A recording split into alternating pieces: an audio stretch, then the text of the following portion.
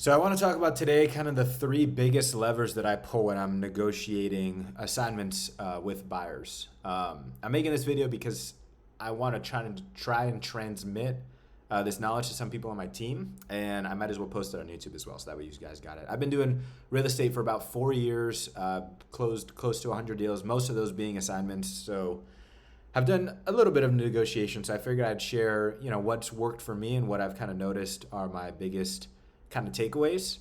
Um, one of the biggest things before I get into like the three tactical steps to keep in mind is you had to have prerequisite skills in order to actually be able to negotiate properly. And this is something that I had to learn and build myself when I was first starting out. And you can gain them in other areas, right? And they transfer over, but like you have to be able to get people to trust you. You have to be likable. You have to be a good communicator. Like all these things, you have to be able to listen well in order to be able to use these tactics effectively.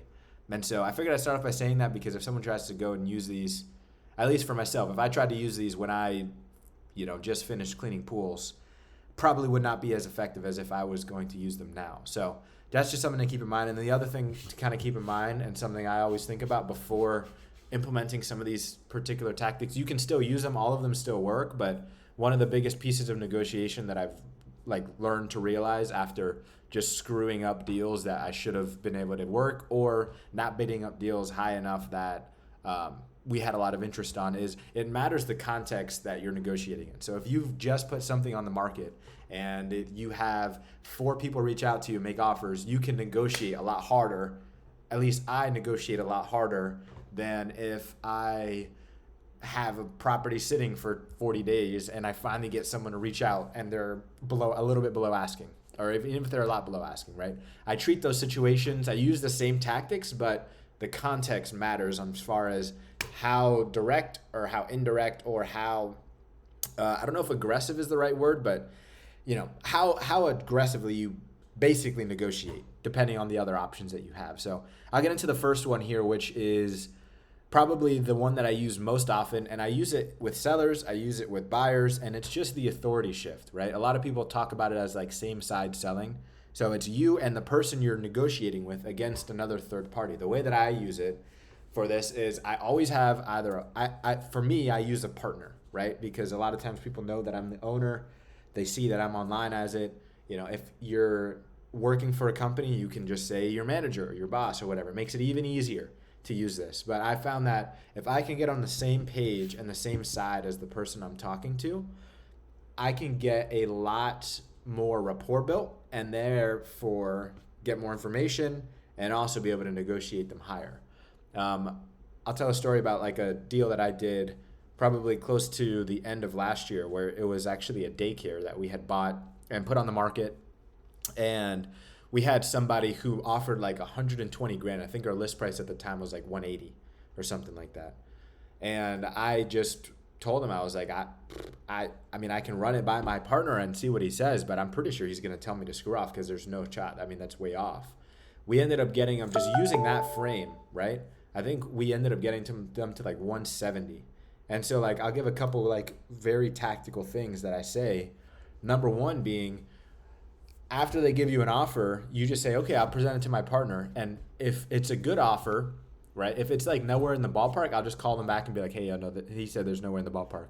If it's close and I don't have a lot of other options or a lot of other offers, I'll just tell them that, hey, I appreciate that. I talked to him and he just told me to counter you at 175.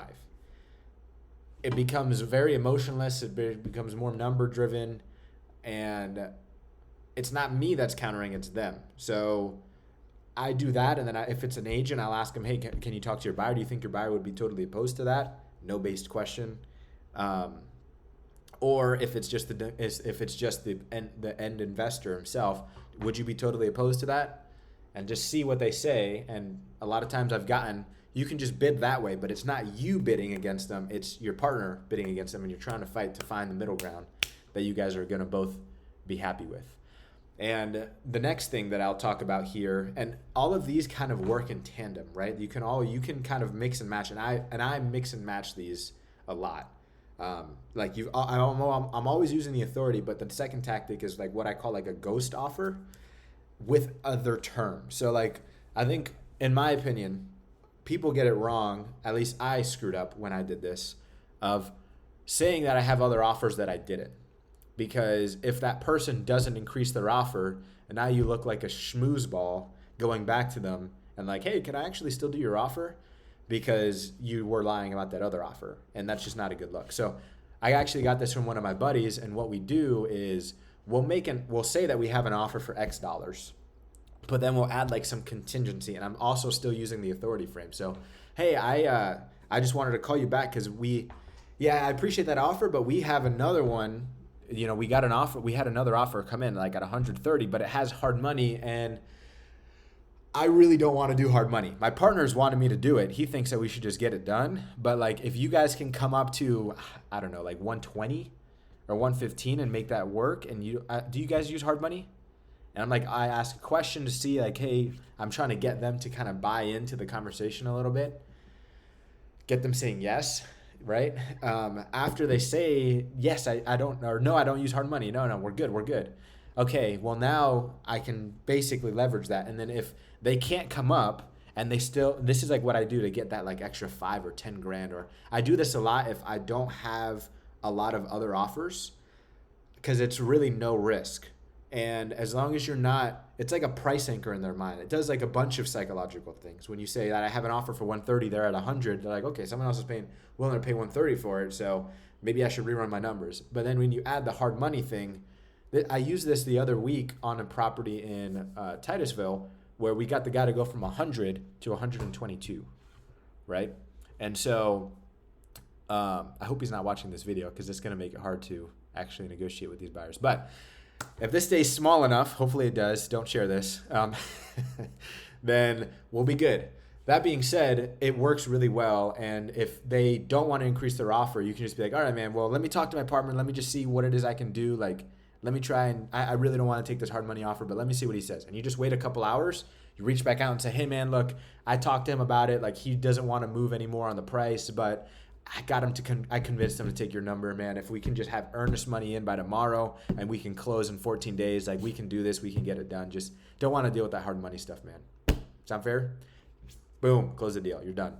So that's number 2, is the ghost offer, and I always use it with authority shift. And then number 3 is tactic from Chris Voss. So this is something I actually just started doing with sellers, and I'm starting to apply it with buyers, and it's been working really, really well.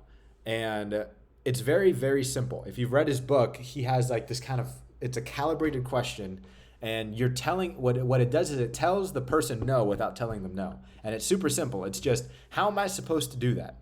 And you say it really slow, and you just say it to them, and they go, yeah, I guess, I don't know. I mean, I could do 165. I did this yesterday. Someone offered me 150, and I combine it with the authority shift, right? So I said, how am I supposed to get my partner to do that? And he goes, I mean, I don't know. The most I could go is 165. And a second ago, he just told me the most he could go was 150. So this is a technique to get people to increase it, like basically bid against themselves. It's a psychological principle that people can't think through how you put it on them. So they can't think through like how they're going to be able to get you to do that. So they just improve their position. And it works well because we like the money. So that's another tactic. How am I supposed to do that? Combined with the authority shift. And then you can also, throw in, you can do all 3, right? How am I supposed to get my partner to do that when we literally just got a hard money offer for $130,000 that he wants to take, and I'm trying to get him not to do that?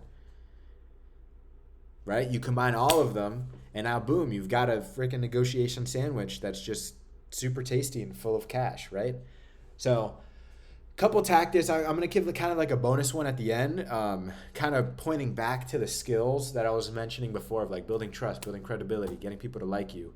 One of the things that I think has served me well in negotiating is always coming back to the fact that we can do more deals together. And the reason I think that works well is it builds trust and credibility, specifically if you're negotiating with agents who maybe haven't dealt with wholesalers or assignments before. After you get on the same page with them and you start to say these things, people start to see, and kind of the bullet I wrote down was like add other value, right? So it's not just about the price, it's about what can this relationship turn into in the future. And so we want it to be a win-win and a negotiation where people feel like they want to do business again in the future. And if you kind of combine all of these different things together, I found it to be incredibly useful for bidding people up on price without turning people away or having them, basically ghost you, or not ghost you, but like retract their offer or bid stuff out. If you have a good relationship, if you're, putting the onus on somebody else, it's not you. If you're using ghost offers, but more importantly with the other terms, right? And even better than a ghost offer is an actual offer, right? I don't really ever make up offers. It's usually that we did get offers for that amount, and there's usually just something in there. It's like a wholesaler or something like that. I just leave that part out. But using ghost offers, using the how am I supposed to do that, adding other value. Like if you're using these tools and techniques, you should be able to get people to pay the most for the properties that you do have without shooting yourself in the foot and losing out on buyers that would have bought your property regardless. So hopefully you can take away something like that that can help you grow your assignment fees and make more monies on your deals. Justice out.